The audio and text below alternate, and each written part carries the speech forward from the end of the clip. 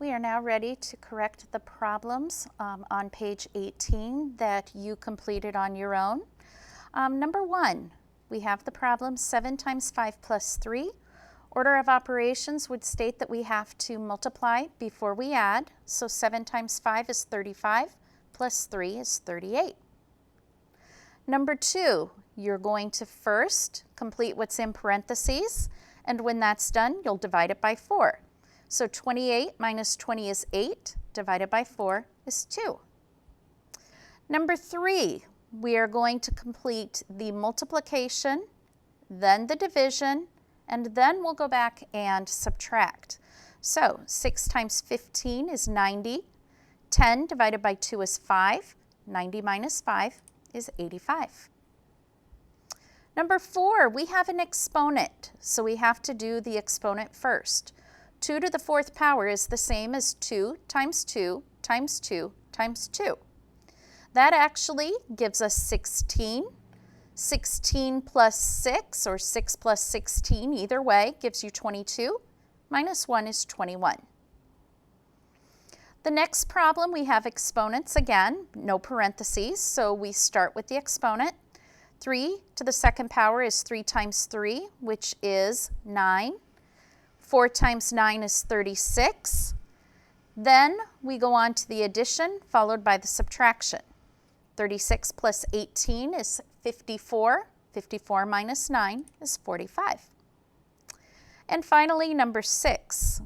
We have parentheses, and inside the parentheses, there's actually 2 steps we need to complete: exponents and subtraction. So within the parenthesis, we're actually going to just follow order of operations, which would be 5 times 5 is 25, minus 7 is 18. We are now going to divide because it comes before add, so 18 divided by 3 is 6, and 16 plus 6 is 22. Okay, let's take a look now on page 19 at example 3, using order of operations. Okay, in this one, there's one slight difference added. It's a new symbol that you may or may not be familiar with. We're going to be talking about a raised dot. Now, you can substitute a raised dot for a multiplication symbol. And the reason that this is oftentimes done is if we are actually doing algebra, the multiplication symbol looks like an X. And in algebra, all letters of the alphabet represent variables, which represent a number. And we'll find out more about that in chapter 3. But for that reason, we need to have a symbol to replace the X multiplication symbol. So once again, this is called a raised dot. We can also use parentheses to show multiplication as well. So as we go through these problems, I'll explain a little more about what that means. And as they tell you here, 3 parentheses 2 plus 7 is exactly the same as 3 times 2 plus 7. A 3 right beside a parenthesis is going to mean multiply. Now, we have this word evaluate. We talked about this earlier in the chapter. Evaluate simply means solve. If we follow order of operations, the first operation we need to do is parentheses. So 5 minus 2 is 3. Notice the rest of the problem was just copied straight down. Next, we have to multiply. We have addition and multiplication here. Remember, if a parenthesis is right beside, a number is right beside a parenthesis, it means multiply. So 7 times 3 is 21, and then we have 9 plus 21, which is 30. The second example, we're going to start with the parentheses. Remember, PEMDAS, parentheses is first. So when I complete the parentheses, 6 plus 1 is 7. Now, all that I have left in the parenthesis is a 7. There's nothing else left to do. So I'm going to leave that be for now and go on over to the exponent. Because remember, when you have a number on the outside of a parenthesis, it means multiply. And exponents in PEMDAS comes before multiplication. So 2 to the second power is 4. Next, I need to multiply, so 4 times 7 is 28.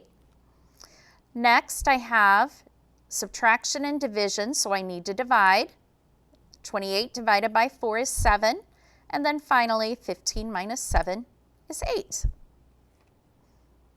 It's really important that when you're performing order of operations to just complete one thing at a time. Notice in this example, all that I did was one step at a time. It is really easy to make a mistake if you do too many things at once. And when you've got a problem this long, there are a lot of little mistakes that you can make. So please, one step at a time, copy the rest down. Complete the next step, copy the rest down. Okay, we're going to do one real-life application problem before you do a few problems on your own. In this problem, you're completing a project for science class, and you need to buy foam spheres, paint, and wooden rods to construct a model. What is your total cost? Now, they've got it written out here that we need to take the cost of 9 spheres, add it to the cost of 6 paint bottles, and the cost of 8 rods. The chart up here explains to us how much each item costs. So, I need to take 9 spheres times $2. I'm going to add to it 6 bottles of paint times $3 and 8 rods times $1 each. When I have my problem written out, I need to complete the multiplication steps first. So 9 times 2 is 18, 6 times 3 is 18, and 8 times 1 is 8. Now all that I need to do is add it together, and I've learned or discovered that my total cost of this project is going to be $44.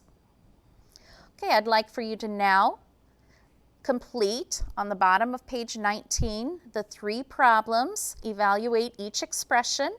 Problems 7, 8, and 9, please complete them in your notes.